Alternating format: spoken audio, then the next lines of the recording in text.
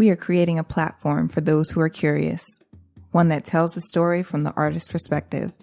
Moments in time captured from the innovators who are reshaping dance, music, theater, and the visual arts.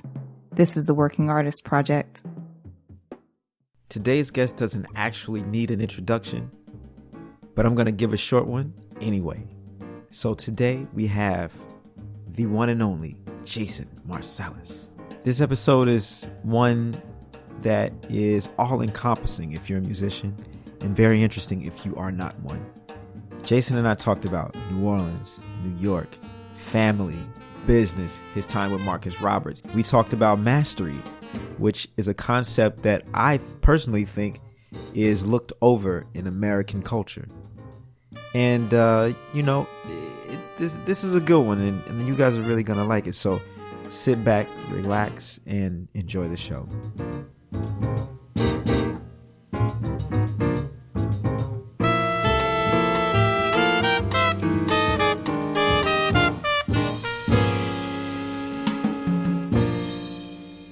I want to welcome the one and only Jason Marsalis to the Working Artist Project. Good afternoon. How is everybody?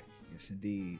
So, everybody knows you, man. So I want to get right into... Well, most, or some. I don't know about everybody. Everybody.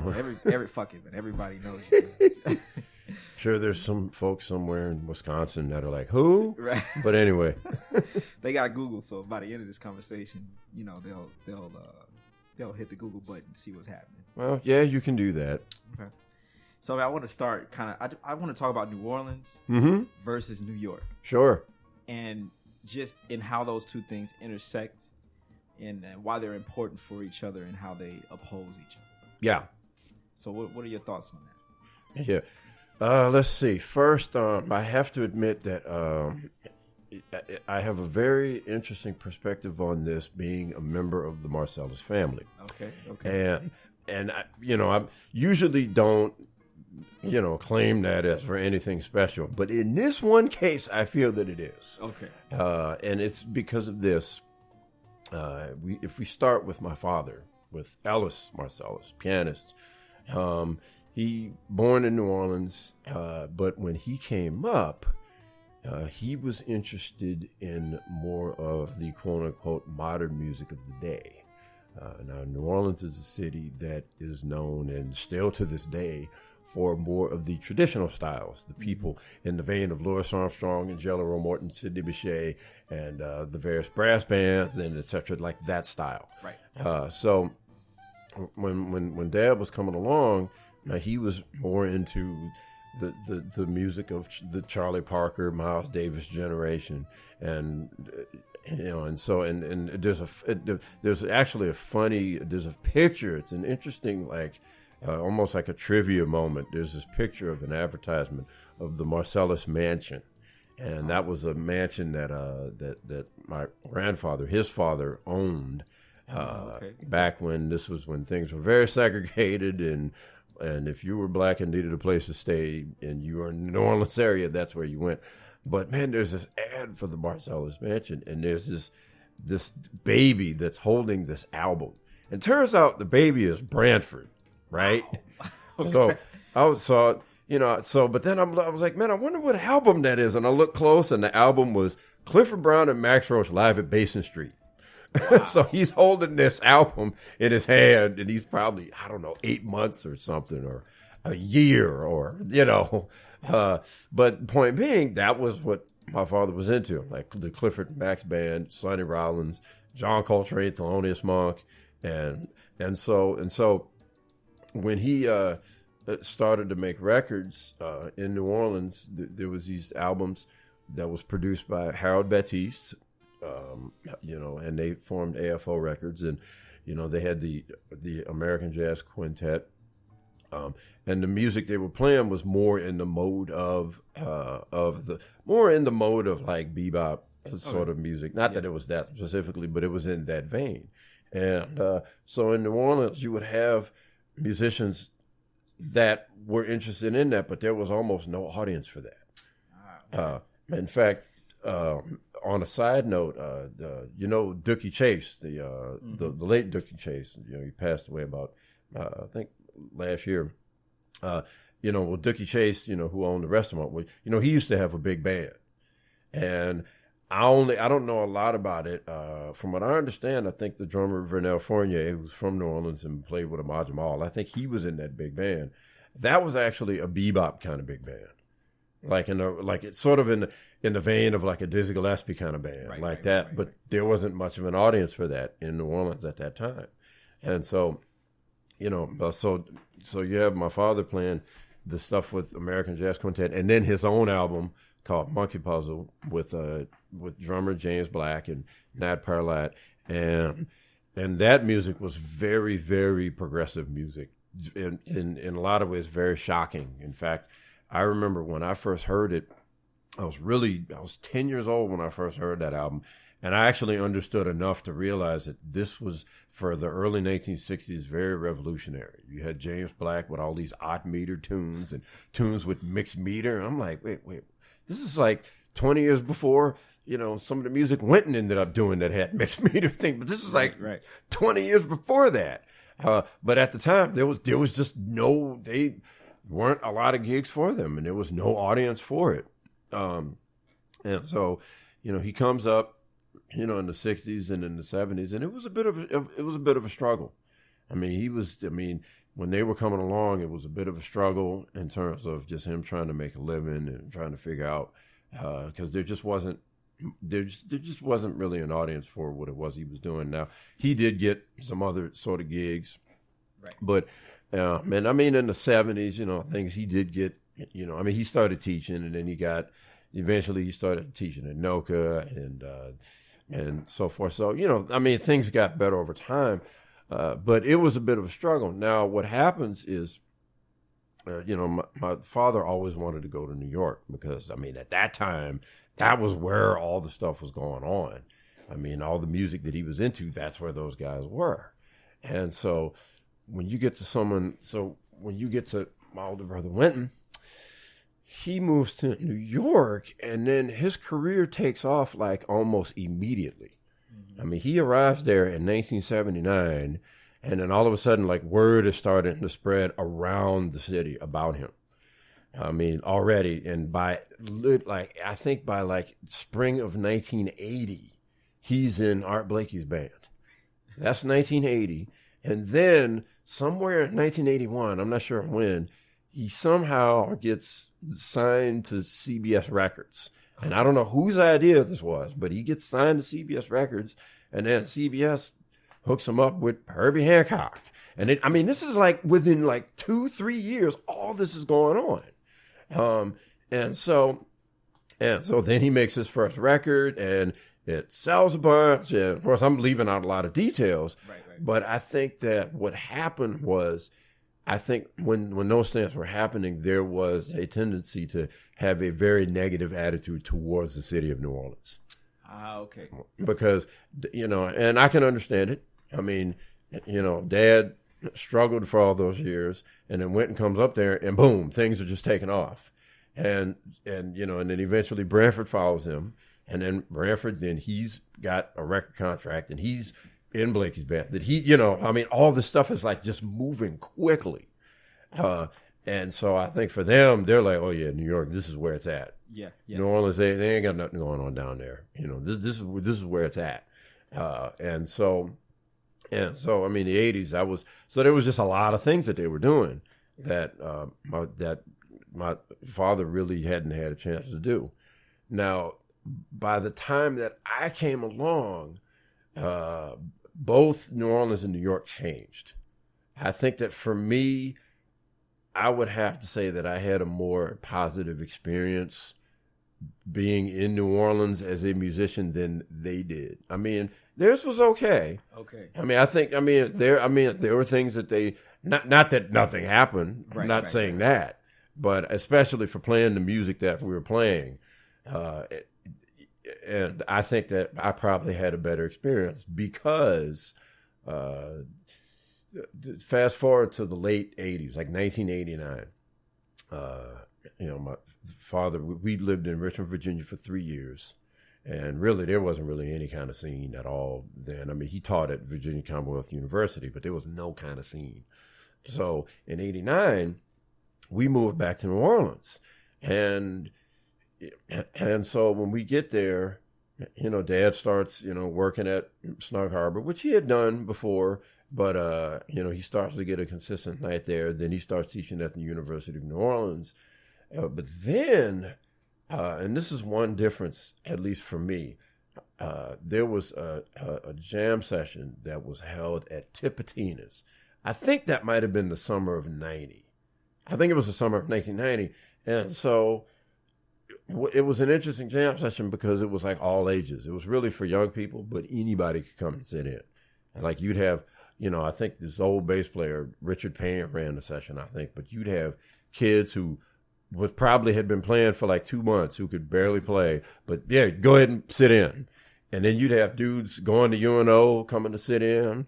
And then meanwhile, you'd have high school cats.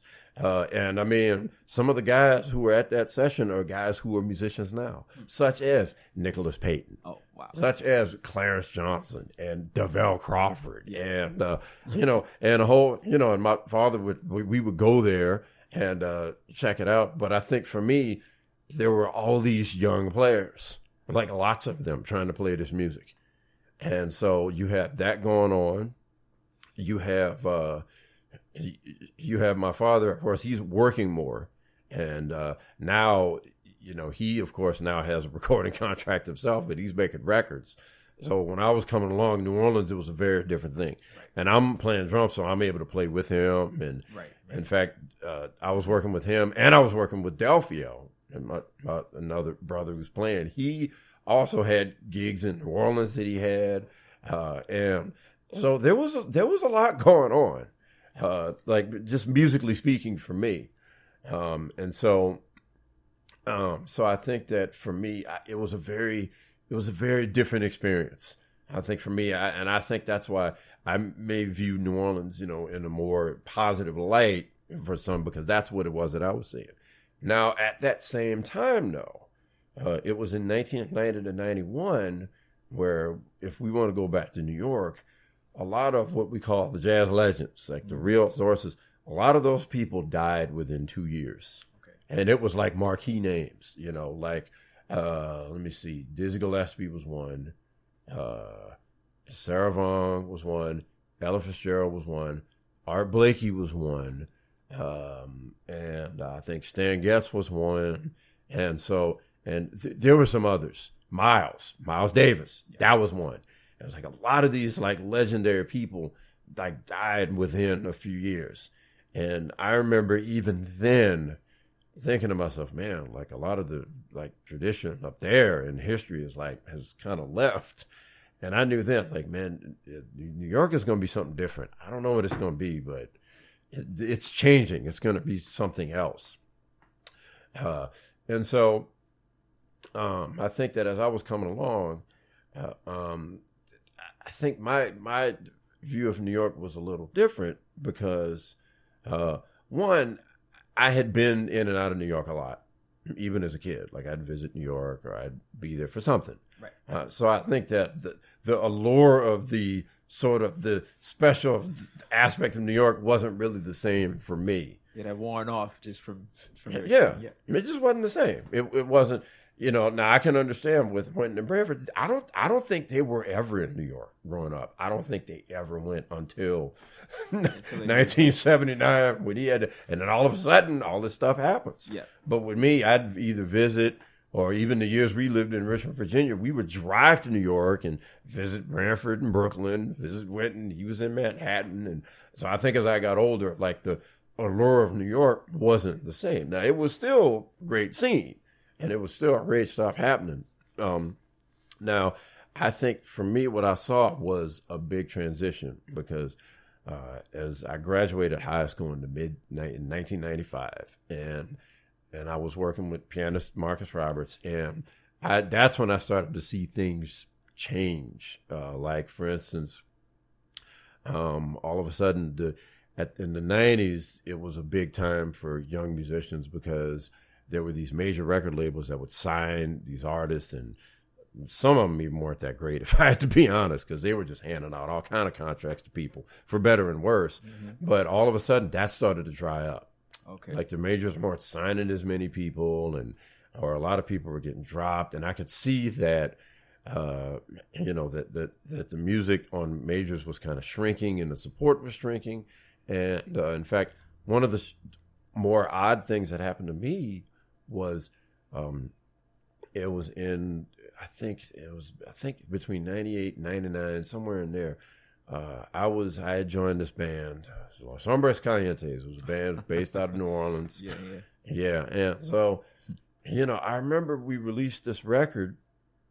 I think it was the second album. We released this record, and at the same time, and it was for Basin Street Records, local label, independent label in New Orleans.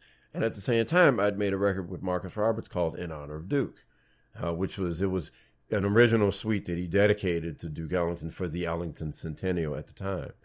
And that was on Columbia Records, but nobody had heard it.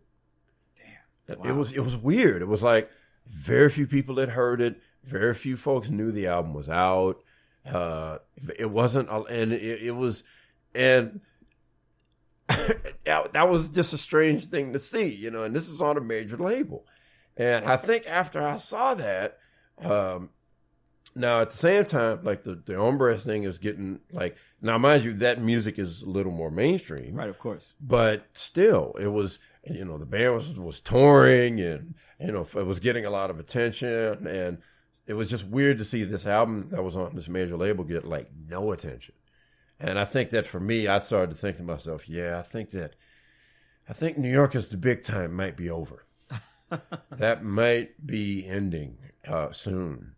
So, and because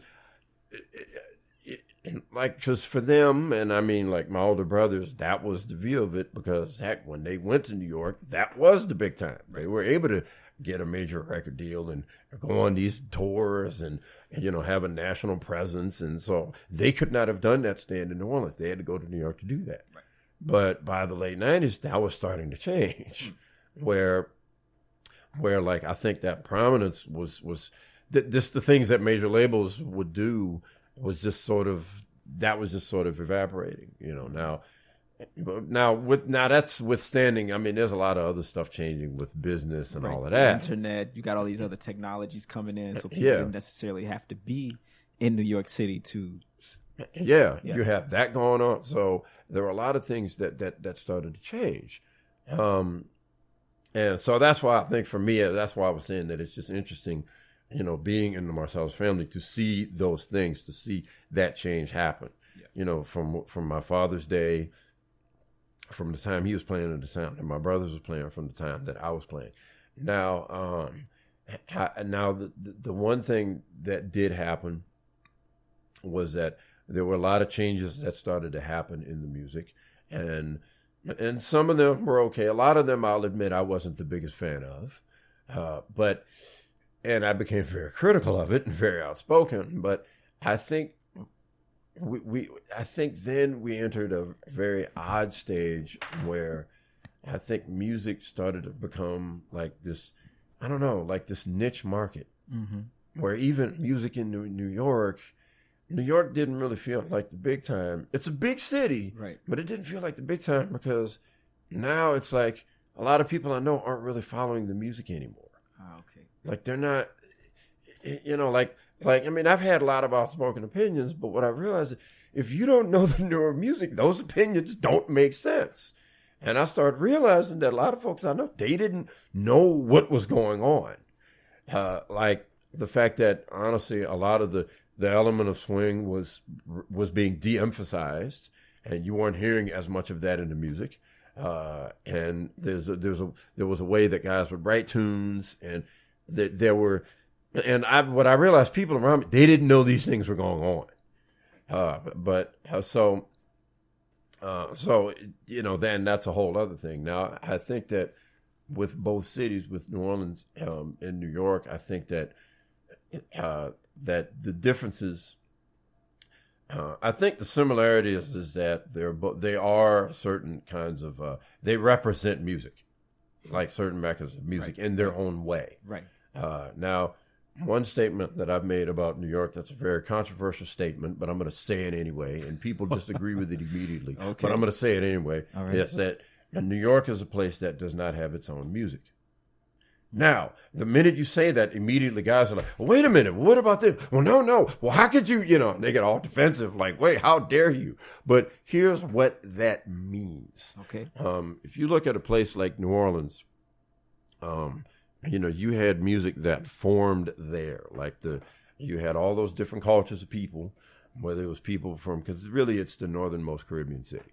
So whether you got, folks from Africa or folks from Cuba or folks from Brazil, and then you've got, folks from France, and you have all these cultures that are coming in. And so I think that when you have that, it sort of creates this, this music and these things that change and ways of playing the beat or ways of interpreting music start to change. And so New Orleans is a place that's home of traditional music. And the thing about it is that music still goes on. And it always went on. It has been there for, about 100 years, and it's still going on. Now, a place like New York, the reason that I say it doesn't have its own music is that they didn't have music that was necessarily like born in indigenous folk music to that town. Gotcha. But that's not what it is. New York, that's another kind of melting pot of all these folks that are from these areas. But New Orleans, you have folks from different areas, but eventually it settles in and you get people from there. New York, it's all these folks from all over the place, but you don't get a lot of people that are necessarily born in New York, especially with playing the music. Mm-hmm. And now, here's the thing. Music develops in New York. That's the thing. Right. That's why I say it doesn't have its own music. Music, it develops there. So even if you have a music that starts in New Orleans and forms there, when it goes to New York, it develops. Right. It changes. Mm-hmm. And the thing is that New York, one New York tradition is looking for the next thing. I mean, and I can say that's a tradition because even when Jello Roll Morton came to New York, I think maybe it even been in the 30s. Even then, that was considered old because we're on to Fletcher Henderson and Duke Ellington. No, you're playing old style. It's just like, okay. So it's always like, what's the next thing? What's the next thing? And so like a place in New Orleans, like that's not like a major concern. Mm-hmm. I mean, a place like there, like for instance, whenever they have the Mardi Gras celebration, right. You don't hear anybody saying, yeah, could we hear like some new music? I mean, that Professor Longhair, that's old. We've already heard that. I mean, can we have like a new, no. Right. Yeah. Oh, we've already heard Second Like It. We need something new. You're not going to hear that because it's a music that's a part of a culture right. and a part of a celebration. But in a place like New York, it's always, what's the next thing? What's the next thing? What's the next thing? And so you've had music develop there. So that's how you have, music that goes from, from Louis Armstrong to Duke Ellington to someone like, Lester Young or Ben Webster, and then Charlie Parker, and then John Coltrane, and it just keeps. It keeps changing, and it keeps moving forward. But I think that's the nature of that city. That's the nature of New York. And so that's why I say that it doesn't have its own music. But you've had music develop. You've had music develop there. And I think those are the two differences. But I think the point is that they both have music to learn from. Right. They both have music to learn from. I think that.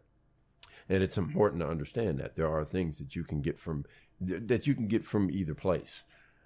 One last thing that I would say is that I think that sometimes there's even misunderstandings about even a place like New Orleans, because you have people that still think that like all they play is traditional right. down there. It's still 1932 in New Orleans. Yeah, like that still, and. One, I would say that even though the style has changed, it doesn't sound like 1930. Right. A musician, this trumpet player told me about, he was an older trumpet player. He told me about when he played at the Jazz Fest in the 1970s. He was real young then, and he sat next to this real old player. And he said, man, he told me that this guy didn't play anything past 1929. And he said, that was the strangest thing I ever experienced in my life. But what it let me know was, even though he played traditional, there's this other music that he's heard. Like he wasn't only playing this one thing. Now you got some folks who do that, but that's most don't, honestly. Right. Most have heard other things, and I think that's a part about traditional music that's not understood. Is the fact that it does move forward, even if the music and the style is the same. Like, for instance, if you hear, and I'll give you an example, if you hear any recording of like a band from the 30s, like the what is it, like the original Tuxedo Jazz Band, like if you hear them in the 30s, when I think was it Papa Celestine, I think was leading that band. Now, when you hear them in the 60s, and there's a great video that's up. In fact, I know the guy that put it on YouTube. In fact, he showed it to me, and I told him, "Man, you need to put that on YouTube now." But if you hear them in the 60s, it's like a lot more modern. They're playing trad, but it doesn't sound like the 30s. It just doesn't. And a lot of it was those guys were hearing newer things. In fact, the trumpet player also had done some gigs with Ray Charles. Oh, wow. And and even some of the things that the drummer plays. Even though he's playing in the traditional style, some of it sounds more in the bebop vein. Like, so there's other music they've heard. Right. And so I think that's one part of traditional music that's misunderstood. When you hear guys now, it sounds like now. Right. It doesn't sound like 1930. Like, of course. And if you get recordings from 1930, you'll see that. So that's one point. And the other point, which you've experienced this being down there, is you have folks that still think that that's all that happens. So when they hear something in a more modern style, they're like, man, I didn't know guys played like that down here. Right, exactly. Like, still? Really? Right. To this day, you still? Really? Yeah, I get that question a lot, man. Any other music going on in New Orleans? I'm like, it's a ton of other music happening, all types, country music, anything. You can hear anything in New Orleans, just in New York. But that brings me to my next point, man, because you have this record called the 21st Century Trad Band. Yes. Now, what does that mean? Yeah. I can tell you what inspired that title, actually, was, and I never forget this. Years ago, I was on this is back in the day when you had internet chat rooms. It was pre-Facebook. Facebook, I think, has sort of taken that mantle with comments that people make. But there were these chat rooms, and so they were kind of fun because, I used to go in there and start things and start arguments, and people would start, typing comments. It was kind of fun, but there was one comment in particular that stood out for me because I hadn't really heard it, and it was a person that didn't like what happened to the music once my older brothers hit the scene. Okay. With that generation, with not only Wynton and Branford, but musicians like Terrence Blanchard and Donald Harrison, and Wallace Roney, and just the scene at the time. Damn, what did he like? What? Yeah. Well, I was able to figure that out. They were, for lack of a better word, one way to describe them, and I figured this out years later, they were what I like to call fusion fanboys. Okay. And that is that in the 1970s, when you had those bands like the Mahavishnu Orchestra and Return to Forever and Weather Report and various other bands, you had people that just loved that music. And they really thought that that's where music should have gone. It's almost like, oh, we have what we need. We're good. This is it. And I'm pretty sure that they thought, oh, swing, yeah, that's the old style. This is the new style. This is the new way to play the music. Okay. And so when you get someone like Wynton decided, well, you know what, I just want to swing. I'm actually want to play more of the music my father played. Then you get some people that are going to say, wait, that's old music. That's the 60s. Why are you doing that? You need to look forward, And so anyway, this person made this statement saying, talking about the 1970s, saying, yeah, the 70s guys had their eyes on the future and everything was fine until y'all young lions came and messed it up. I said, wow, I just had never heard that. And I'm like, that's interesting. I'll have to think about that one. But I eventually figured out what they were referring to. And at first the statement didn't make sense to me because the 70s, I'm thinking, well, that music is old. If you want to have a fun argument, when I was in high school, you could argue that I was a fusion traditionalist because I wasn't listening to Chick Corea's Electric Band. I was listening to Return to Forever. So those were old records. I mean, so what future? What? No, that's old now. But I eventually realized that for them, the future was rock and funk and straight rhythms. Okay. Not swing, but swing rhythm was old. Of course, they'll never admit that. But and so when I thought about it, I realized, you know what? All this stuff is actually old. Like, none of it is really new. I mean, like Miles Davis' Bitches Brew, that was about 40 some odd years ago. It's old now. Get over it. You just stop pretending that it's some new revolutionary. It's old. It's in the past. It's done, folks. I realize all this stuff is old. And so I think that it's important to take whatever you learn from whatever that is, and you use that in the way you want to use that. Exactly. And that's looking to the future. Exactly. And that's what inspired the title. Now, another thing that inspired it was having played like traditional gigs and the roles of the drums in traditional music, which I didn't really start doing, honestly, till really later in college. I'm working with Dr. Michael White, and then working with eventually the Palm Court Jazz Band with pianist Lars Attergren, but playing like trad style where you're playing, just basic snare drum, bass drum, yeah.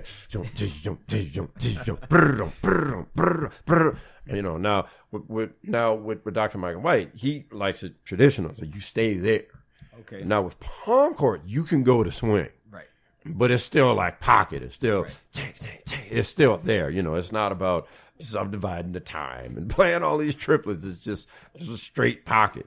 But nonetheless, what I realized is that when it came to rhythms, I realized that you don't really hear the traditional rhythm in more progressive settings. Like, you'll hear Afro-Cuban rhythms in more modern composition settings, or heck, and even popular music, or even you'll hear swing used in different ways, or you just see where this is going. I've heard Brazilian music used in more popular music contexts, right? But you never hear that with traditional music, with traditional rhythms, ever. And so I decided, you know what, I'm going to try this, and so I did a show once. It was an experimental show that someone put together in New Orleans, and it was me and I think a piano player and this guy that had electronic samples. It was like an electronic music gig. I was playing drums, and he had these samples. He also played trumpet, so he may have some pre-programmed sounds but music, pre-programmed music. And I don't know if somebody recorded it. I'd like to hear that, and we would play with it. So anyway, I remember one tune, he had some kind of medium rhythm, something. Okay. And I was like, I'm going to try to play trad with this electronic music. Okay. And the guy was floored. I mean, he was shocked. He was like, wow, that rhythm really worked with that music. And it worked perfectly. Man, I mean, he couldn't believe it, because he thinks of it in that one vein. And so here we are playing this electronic music, and I'm using the same rhythm, and he couldn't believe it. So, and after that, I said, you know what, I'm going to make that a mission to use that rhythm in other aspects. It doesn't have to be just traditional music. That's because it can be used in other ways. In fact, I did this little drum solo, these disciplines, as I like to call them, these drum solo overdubs. And I did one with the title, what was it? Discipline Spotted Baby and Zudi at Studio 54. Okay. Now, you're wondering, what Baby in the Dodge, world? you mean? Yes, and Zudi Singleton, Studio, yes. Oh, Zudi Singleton at Studio 54. Studio 54. And you're wondering, what in the world are you referring to? Well, for those who don't know, Baby Dodge and Zudi Singleton were drummers with Louis Armstrong, and on the Hot Fives, Hot Sevens, and Jello Morton too. You find them on those records. Studio 54 was the club in the heyday of the late 1970s disco era in New York. Right. I mean, and that's a whole other story you'd have to look up. So you're wondering, how do those two relate? Well, at some point, I realized that the trap rhythm and the disco rhythm are actually the same. Here's how. The bass drum is exactly the same. the snare drum in that music is similar to the hi-hat. I was like, they're exactly the same. So it's like boom, boom, boom, I mean, the difference is that, in the disco music, you add the snare drum. Right. You add that, but that could be snare drum or hi-hat in disco music. And the bass drum is exactly the same. And I said, oh. Wow. And and that was, but what I realized is that these rhythms relate. They're not as separate as some may think that they are. And so that I made that admission, like, all right, I'm going to use trad in some other environments. And so when I wrote this tune, I wanted to use traditional rhythms, but in this other vein where the music isn't traditional at all. Okay. And I remember when I was working on the tune, I did a gig in New Orleans with myself and pianist Austin Johnson, who's on the album, The 21st Century Trad Band. And we were on break at this place, and I was sitting down, and I said, yeah, man, I'm working on the new music, man. I got this new tune, The 21st Century Trad Band. And there's a guy sitting next to us, and he heard that, and he turned around and said, man, I got to hear that based on the title. Because I'm sure he had never heard that kind of thing, but that's what it meant, 21st century as in now or the future, right? And a trad band, but you using traditional music in different ways, right? Wow. Let's listen to one of those from that track, from that record. Which one do you think we should dig into? Yeah, well, just put the title track, The 21st Century Trad Band.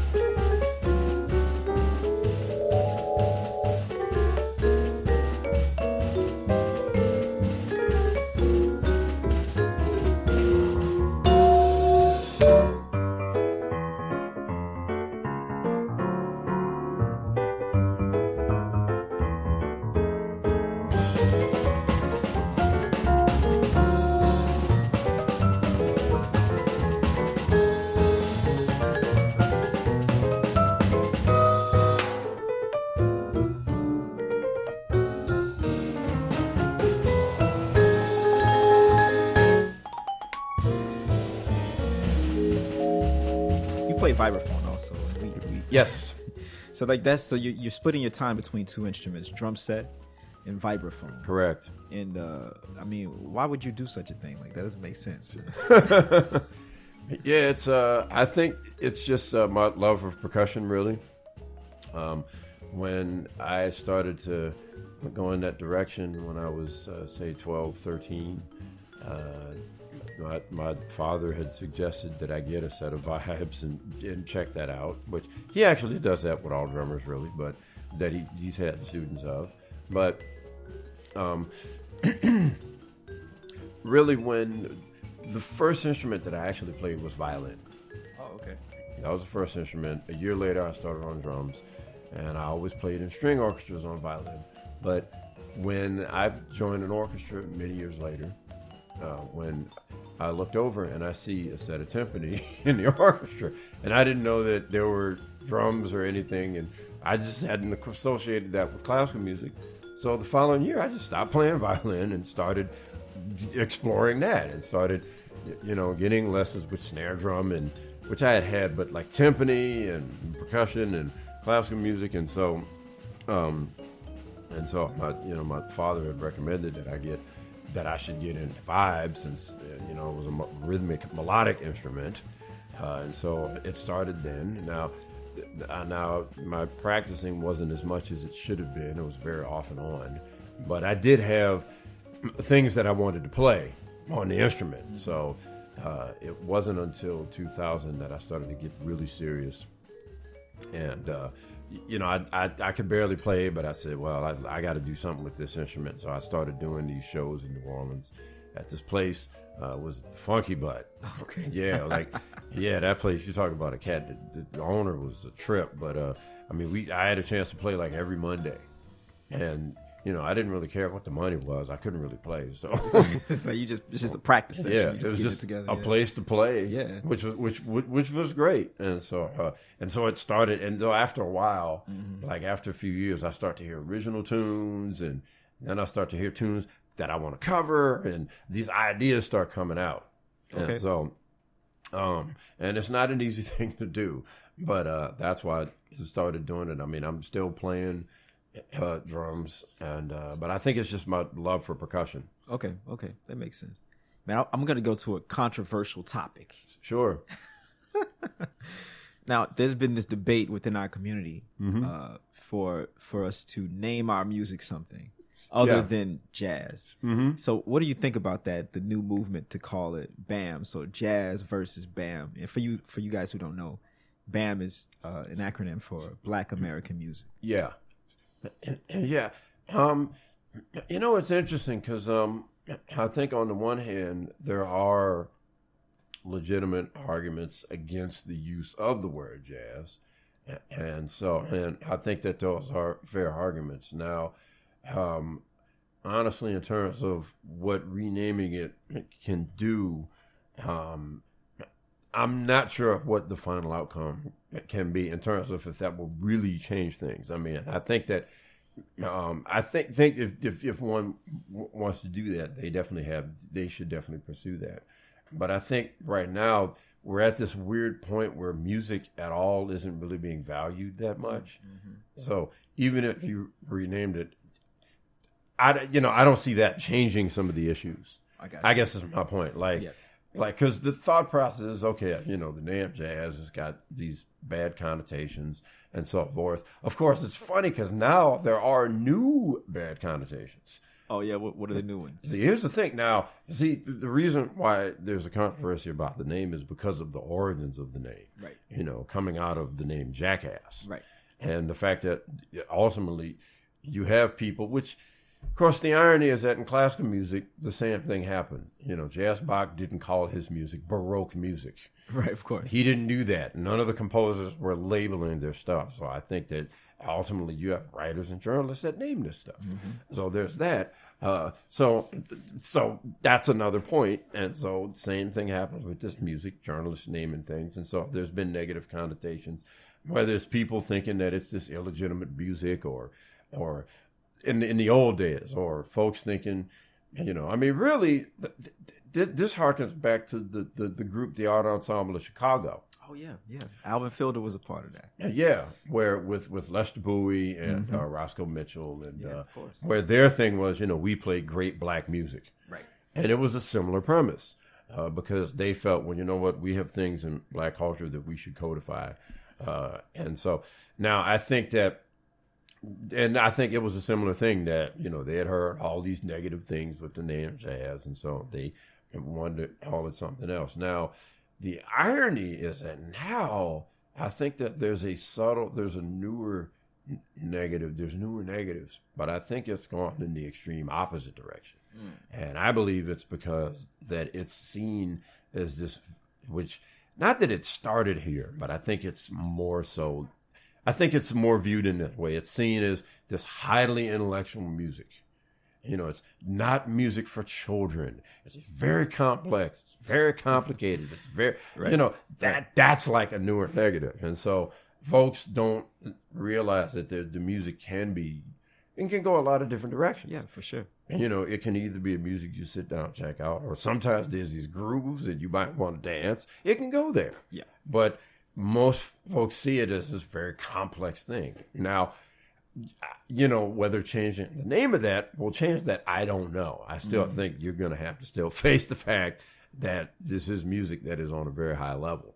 Right. And but nonetheless, I mean, there's, the hope is that we get to a point where where music goes beyond just the name jazz or any of that. That's what we would hope for.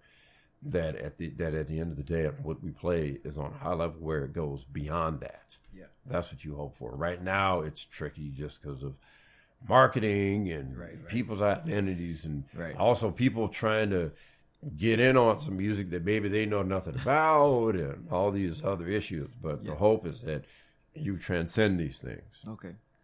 So, man, you had in your life, you have accomplished something that I think is difficult for a lot of jazz musicians or a lot of people in general, and that's to balance family and business. And as a musician, we're always moving around. You know what I mean? Yeah. So, like, how do you, like, maybe someone's coming up and they want to be the next Jason Marsalis, but they're worried about how they're gonna have a family. So how do you do that? How do you balance your family life with your work life? Yeah. Well, first thing, it's important to have a very supportive wife. That's number one, honestly, because honestly, without my wife Kaya, because I have 3 daughters, and they have 3. Marley, Mackenzie, and Evangeline have 3 distinctly different personalities, and that is not easy to deal with. Yeah. So honestly, but she's a very strong person to deal with helping out, and I mean without that it would be a lot harder. That's first and foremost. You have to have someone that is supportive and understanding of that, and can, because there's a lot that's sacrificed there. There's a lot of sacrifice that women and musicians have. I think about my mother, who just passed away. There was a lot she had to sacrifice because she was a really intelligent woman, and I know that her vision, honestly, wasn't to have 6 boys. That's what happened, and they ended up successful, but I don't think that was something she necessarily thought of in advance. Gotcha. Yep. So there was a lot so that's the first thing. There's a lot of sacrifices in that. I think you have to have one that supports that. I think if they don't, it's going to be very hard. And the second thing is to just be there. I do travel a lot, but I still communicate with them and talk to them when I can, and let them know I'm here and I'm there. And I don't just necessarily just disappear. Right. It's here, there. So that's another thing. You still have to be present even when you're not there. And then I would say you have to just organize your time in terms of time that you need to practice, and time which, and it isn't easy. And sometimes you may not get in as many hours as you'd like, but you still have to organize that time, so okay, well, if I'll have this time myself, let me do this now. Right. That's the thing, like really organizing the time to get done what you need to get done. Yeah. So though I think those are the key things to Those are it. the key things. All right, man. Y'all heard it here first, man. Write that down. So you've been with Marcus Roberts now for like what, man? How long you been with him? Man, about 23 years. 23. No, that doesn't even exist often in the music business, where you stay with one band leader for 23 years. Yeah. And y'all still like each other. Yeah. You still talk. How do you keep the gig, man? Yeah. With him, I think I've been with him so long because one thing that's interesting is that in the beginning, Marcus and I actually weren't that close at first. Okay. We weren't like dark or out, right, but we just weren't that close. Okay. And it wasn't until maybe, we would communicate here and there, but it wasn't until I think maybe like 3 or 4 years in when we got closer. And what I mean is that, we may get on the phone and discuss various things going on, whether it's what's happening with politics or what's happening with football or what's happening with, whatever. But when I first joined the band, we didn't really do that. I'd see him, man, we may discuss some music here and there. And then after that, I'd go off and do my thing. Mm-hmm. But now so it's interesting. In the beginning, we weren't as close. That was a little later. But I think I stayed so long because the music kept evolving. And so, for instance, when I first joined, the album that he had just released was Gershwin for Lovers, which I already had. Okay. I remember when, I got the call. I think my mother just told me you're going to start doing some gigs with Marcus Roberts. Great. Because I think he and my father, they used to do duo gigs, and they would talk about it. Okay. Because he was interested in having me in the group, but my father said, "Well, just wait till he's ready," and so forth. So, but anyway, it's like I get in, and he's doing Gershwin for Lovers, and then we did this real big project involving symphony orchestra where he did Gershwin's Rhapsody in Blue, but he he improvised a lot of the cadenzas and he added rhythm section, and it was more of a modern jazz take on it. And so we did that record. Then he did music, this record called Time and Circumstance, which honestly is a record that we're going to re-record because it was really his first attempt at original trio music that features piano along with bass and drums evenly. Got you. And honestly, when we recorded the music, the album had a lot of problems, which I don't have time to get into. And I didn't really fully understand that concept. I mean, I played the piece, but I didn't fully understand what it was he was really going for. And so we did that. Then we would learn standards and we'd work on that. And so there were always things we were working on. And there were always things. And then he even had music for large ensembles with horn players that he was doing. And so there was a time in like, I think after being in the band, 3 years, where he decided, you know what, he wanted to really focus on trio and developing a trio sound, but also developing a trio concept.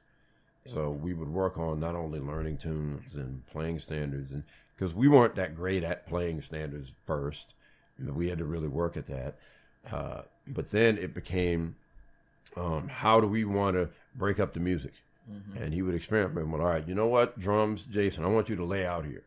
And I want it just me and bass. Well, let's just have piano and drums, no bass. Let's just things like that. And let's explore dynamics and let's all these things. And we started exploring it. And then the music started, and this is just trio. The music started to grow, and we had a lot of tunes we were doing. And sometimes it was Gershwin, sometimes it was Ellington, sometimes it was standard, sometimes it was original music. But the music, it just kept growing. It just kept growing, and that's why I've stayed so long. It just kept, and I liked where it was going, and I liked, especially with the trio music that we would play, where a lot of the interaction was like really something else, where there was just a lot of things we would do with interacting with each other in terms of how we would play rhythmically and where we would take the music. And I really enjoyed that a lot. And I said, man, I want to see where this goes. Yeah. In fact, there's even a video of us playing trio. It's at the Burlington Jazz Festival. And that video is a good example of that, where just all the places the music can go. And we played a lot of different standards and tunes and things, but there's so much that happens. We don't just play time and he solos. That's not it. Right. I mean, we swing, but there's so much that goes on. There's so many things that happen within the music. And even with, when we started to do Rhapsody in Blue with orchestra, after the record came out, we did a tour, but after the tour, he started to do trio and orchestra, and then that started to change. And then he got recommended to a great conductor by the name of Seiji Ozawa. Ozawa said, yeah, man, I'd like for you should investigate George Gershwin's Concerto in F, which he thought about it, and then he agreed to do it.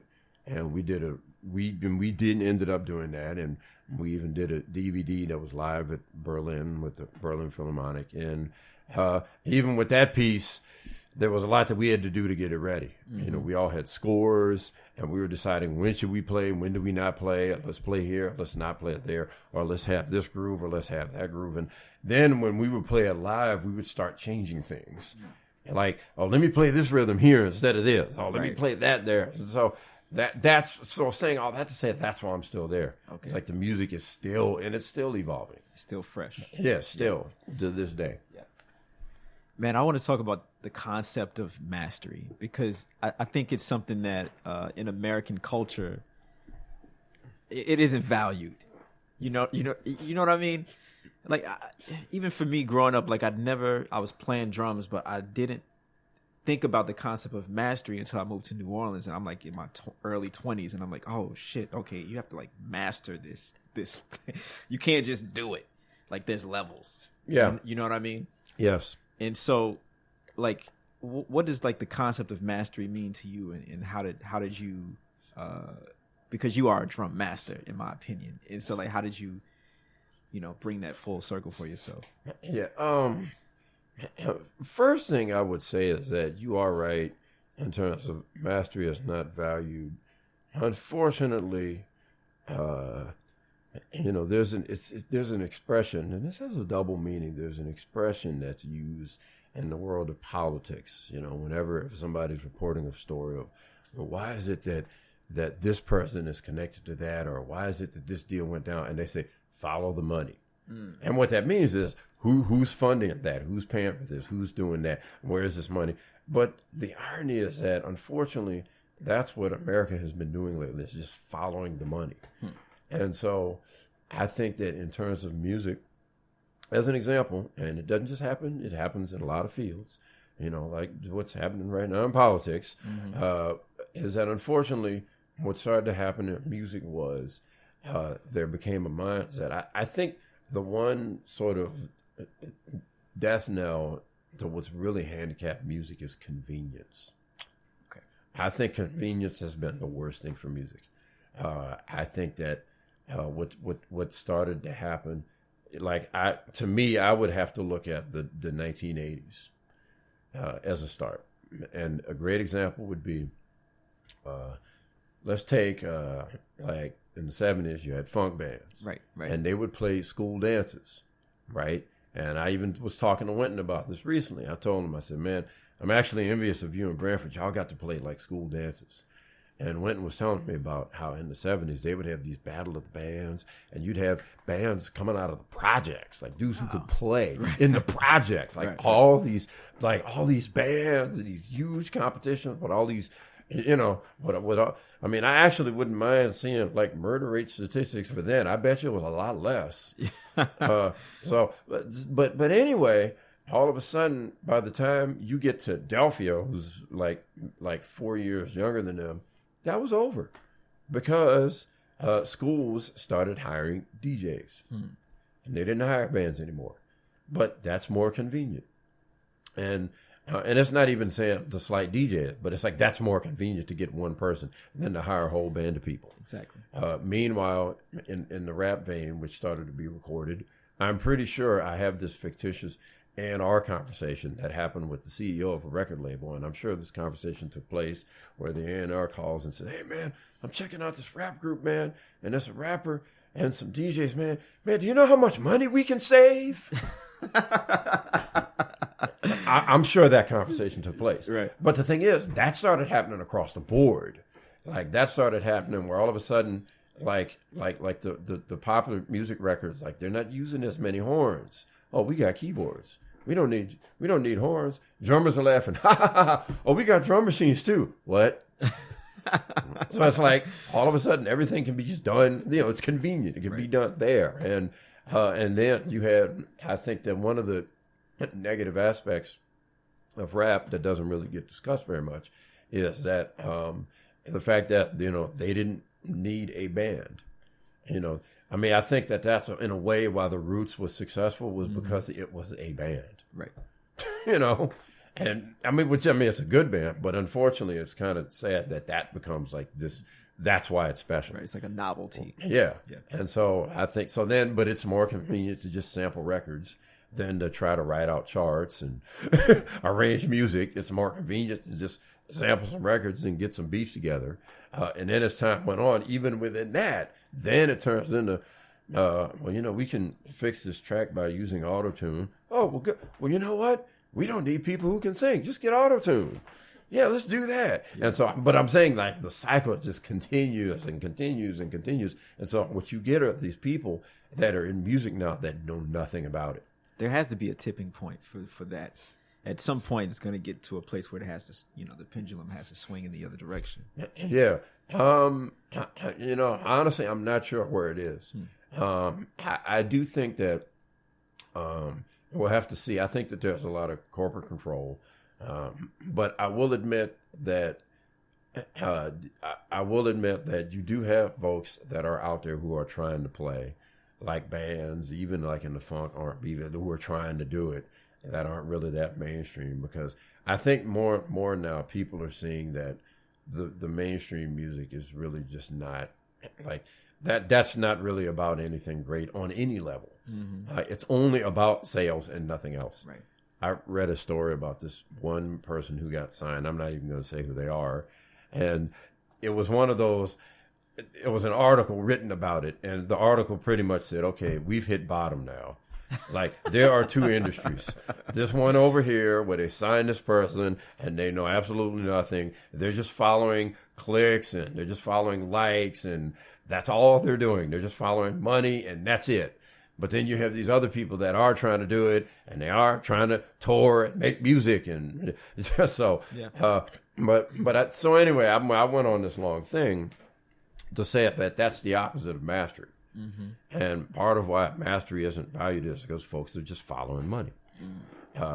I'll admit that I'm not the biggest fan, for example, and this relates to mastery, of what's happening with these black churches.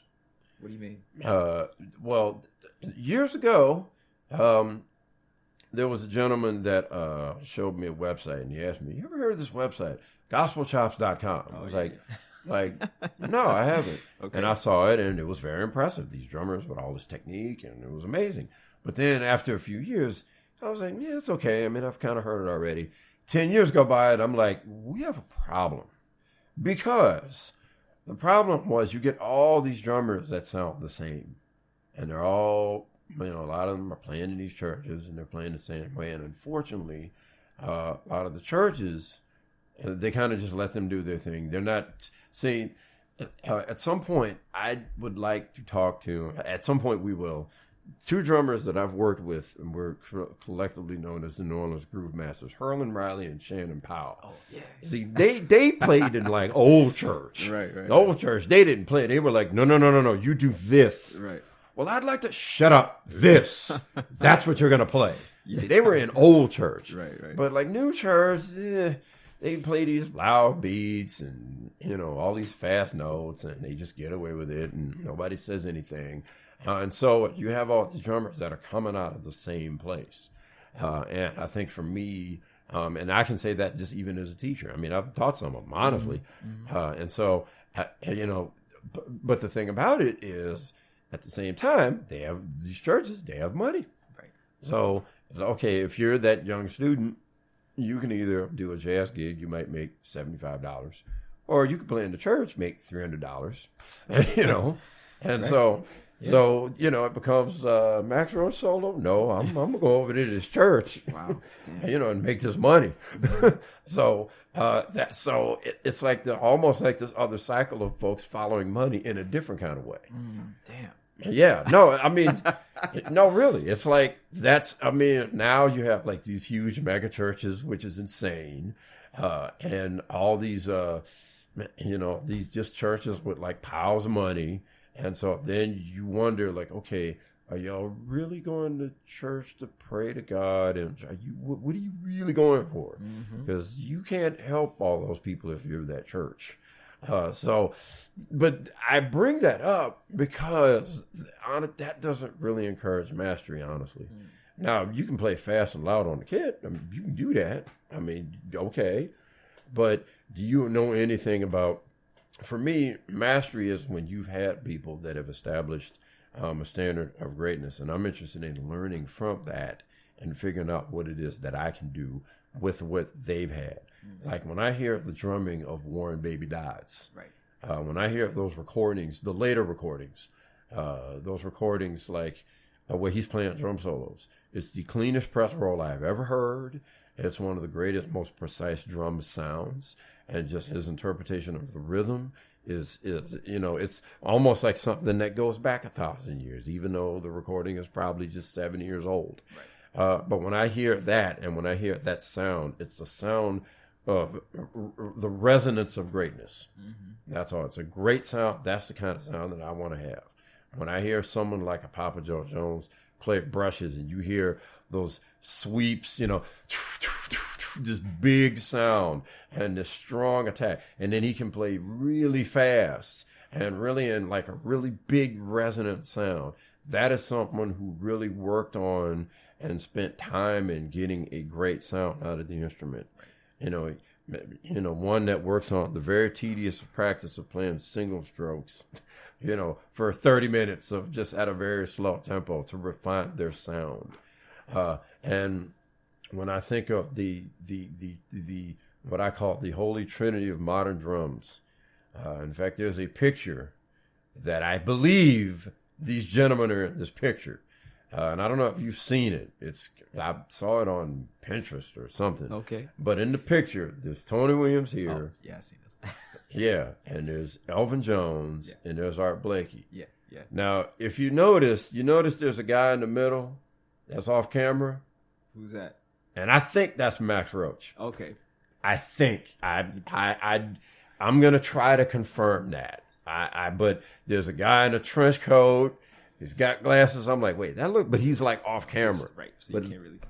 I think it's Max. It looks like Max. But anyway, to me, I consider them the holy trinity of modern drums. Right. And when I hear the four of them, it's mastery of a lot of different things. Mm-hmm. It's mastery of cymbal sound, mastery of drum sound, mastery of solos, mastery of swing, mastery of, and that's when you really work on something.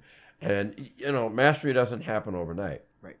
I think that another reason that mastery isn't valued now is because we don't have patience in the culture.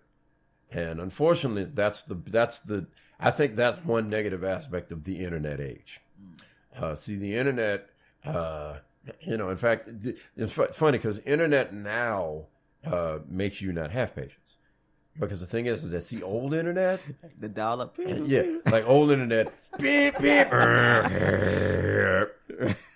like when you sign on to America Online, welcome, you've got mail. Well, you had to wait for a minute, right? But see, now you just turn it on, and now everything is like really, really fast. And while technological, that's great. Unfortunately, we don't have the patience, and so. I think that there were things in our life where you had to have patience. Like, for instance, whenever you had cassette tapes and you pressed play, you had to wait, and then the music would start. Now, if you wanted to fast forward to a song,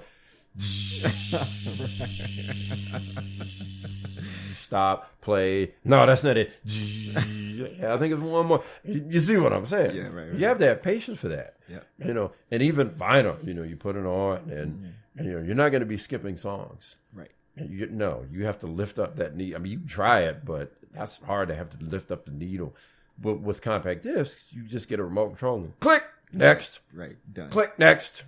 Like real quick. And so I think that ironically that I think makes us impatient. And so with music, you have to have a patience because and I think this is one of the reasons that not a lot of guys work on swing now or just real grow because you have to grow into that. Like, that's not, you don't just decide, oh yeah, you have to grow into that. Right. And it's going to take years. It's not going to happen overnight. It's going to take years. And I think some lose patience and decide, I'm not doing that. In fact, there's an interesting discussion, another debate, I'll bring this point up, about the standard song. Okay. And I've heard this discussion for a really long time, such as, the standard songs are from the American Songbook, and it's the early 20th century composers like George Gershwin, Cole Porter, Richard Rodgers, those Frank Lesser, those songwriters. And so there's discussion of, well, those are old songs, and why don't we have new songs? And those songs they're not really relevant anymore like they were, or all this discussion about we should play new tunes, and I think that's a worthy discussion, but I think there's another underlying reality that nobody wants to talk about, so I'm going to do it right now. Okay. Is that standards are very hard to play. See, and I'm going to use my family as an example. Okay. Again, see, my father came along when those songs were in films and when they were in musicals and when people would know those songs. And so the musicians were hearing more melodic music. And, like they weren't hearing some of the stuff we have to hear now with rap samples out of tune and 2-bar hooks and melodies that sometimes don't fit the chords right. They didn't have to worry about all that. They were hearing standard tunes, or if you heard pop music, it was blues. Right. I mean, like early rock and roll, that was blues. So you had people who knew those tunes, knew the musicals it was from, and so when you have someone like my father, he's knew a lot of those tunes and he's able to play them. Now, when you get to Wynton and Branford's generation, those tunes weren't popular anymore. And so they had to work at playing those tunes. Because honestly, Wynton's first quintet, like, their weaker points, the originals were amazing, but their weaker points were standards and ballads. Mm-hmm. Ballads weren't very good. And the standards were like, okay. But it took them a while to work up to where, after a while, they could play things that were themselves. But now one could argue, why did they learn it? Well, they learned it because that was an important part of the music, and it made them better musicians. And so that's why they did it. And I mean, back then, that was when you still had older musicians that would hear you and say, man, your ballads are sad. Yeah, you're right. So you still have that. But you become a better musician. So even when you go to write something that's in a completely different vein, that understanding of melody is there. Mm-hmm. And even from my own experience, earlier I mentioned working with Marcus Robertson playing standards. I remember when we first started doing it, it was sad. It was just nothing going on. We were just playing a tune. Right. We weren't bringing our own identity to the tune. We were just playing a tune. But we had to work at it. It wasn't easy. And, we had to, we'd learn arrangements or play it or listen. Well, we like this or we don't like that. Or, well, just try playing the swing like this. And it took, it wasn't until 4 to 5 years in when we started to become comfortable to play, okay, where it sounded like decent, and then we can play ourselves. Right. And so, but that's another part of mastery, where you work on something and you keep working on it, and then after years, you're at this level that's a great level. That's another part of mastery, and I think that's the underlying reason why some don't want to play a lot of those old standards, because it's just not easy. Yeah. It's just not. Yeah. So, but ultimately, I think mastering for me is about greatness and achieving a level of greatness and really just bringing people to a better state. Because if a person, hears something playing on a high level, I mean, some may just get intimidated and run away, but most will appreciate it and say, then that's why we do this. Yeah. I want to talk, we're coming to the end. I got a few more questions, but. Yeah, no, go ahead. Okay. I want to just talk about longevity in the music business, you know what I mean? Like, what is the secret? Honestly, I ask every older musician I run into, what is the secret to longevity in our industry? Mm-hmm. Like, how do we do it? A lot of guys give up and go home and become lawyers and shit. Oh yeah, yeah, that's true. Which and you've even had guys even then, so it hasn't just started here. I think the first thing, man, honestly, is just belief. I really think that's number one. I think that if you don't really believe in it, you just shouldn't do it. I mean, I'm reminded of another story that my father told me about somebody. I think they were at one of those conferences, like AEJ. I think it's JEN now, but I think it was one of those conferences, educational conferences, where this gentleman he knew asked him something. I don't know. It was something about maybe teaching, or if he had something he asked him. Okay. And he said, "Oh yeah," and he answers the question, and then the guy tells him, "Man, if I would have known it was going to be like this, man, I wouldn't have fooled with no music." Damn. Yeah. And I just, I don't know what that meant. I mean, a lot of times I think guys see the fun part of it, and then they're not seeing these other sides of it. Right. But I think that, but I think if you believe in the music, that doesn't really matter. If you really believe in it. Now, sometimes you do have to be realistic about your goals. I mean, there's one musician that I know of that did get a record contract in the early 90s, but then all of a sudden, after a few years, he goes back to school. And the guys at school are like, wait, why is he here? What is he doing? Well, he got his degree and then he ended up teaching. Wow. And I guess I'm not sure how, but I guess he saw the writing on the wall and said, you know what? And, this maybe going out on the road as a leader isn't going to work out. Mm-hmm. So I think there is being realistic, but I think belief is very important because, I mean, my father had years where he was struggling and was almost considering just getting just a regular job and just not playing. Wow. Oh, yeah. No, it was rough. Wow. And, of course, his wife, Dolores, my mother, was like, no, you play it. That's what you should do. She supported it. And so he kept going with it. So I think that there's obviously being excellent at it, but, unfortunately, that's not necessarily a guarantee. Right. But I would say, the belief is the most important. When you really believe in something, then you want to play it on the highest level. Yeah. And I think that, like when you can sort of really survive after many years, that's why you've had a lot of guys that will be successful even years later. Right. More so than they may have been before. Yeah. But for me, that's it. Okay. I think it's important to believe, and you try to play on the highest level that you can. Mm-hmm. To me, first and foremost. Right. So this is the last question, man. And I ask you probably know because you listen to the podcast, but I ask everybody who comes on the podcast this question, and the question is, what are the 3 things that you're most thankful for? 3 things I'm most thankful for. One is family, my own, and the one I grew up with, because I consider myself a privileged musician, honestly. Second was just the gift to play music and to create music. I think that, and I think the third for me would be the ability to pass that on to the next generation. I think it's a very important thing, not just to think of yourself, but to try to think of others that could play music, whatever it is they want to play. Yeah. I think it's very important to things that you've learned, things from the past. I feel the next generation should learn those same things. So I think, those would be the 3 things for me that I would be thankful for. Okay.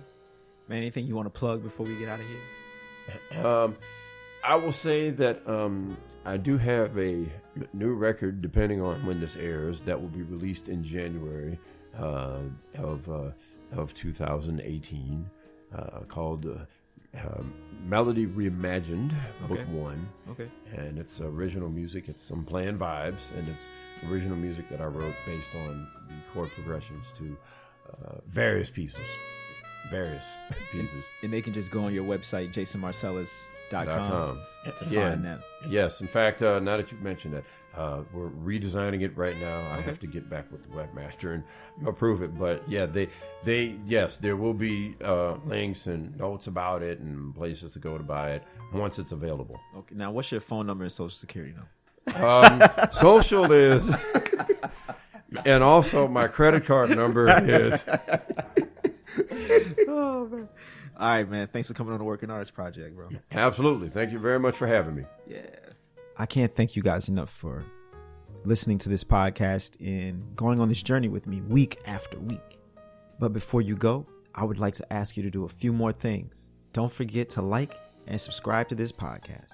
The Working Artists Project is brought to you by Second Line Arts Collective. Find out more at secondlinearts.org.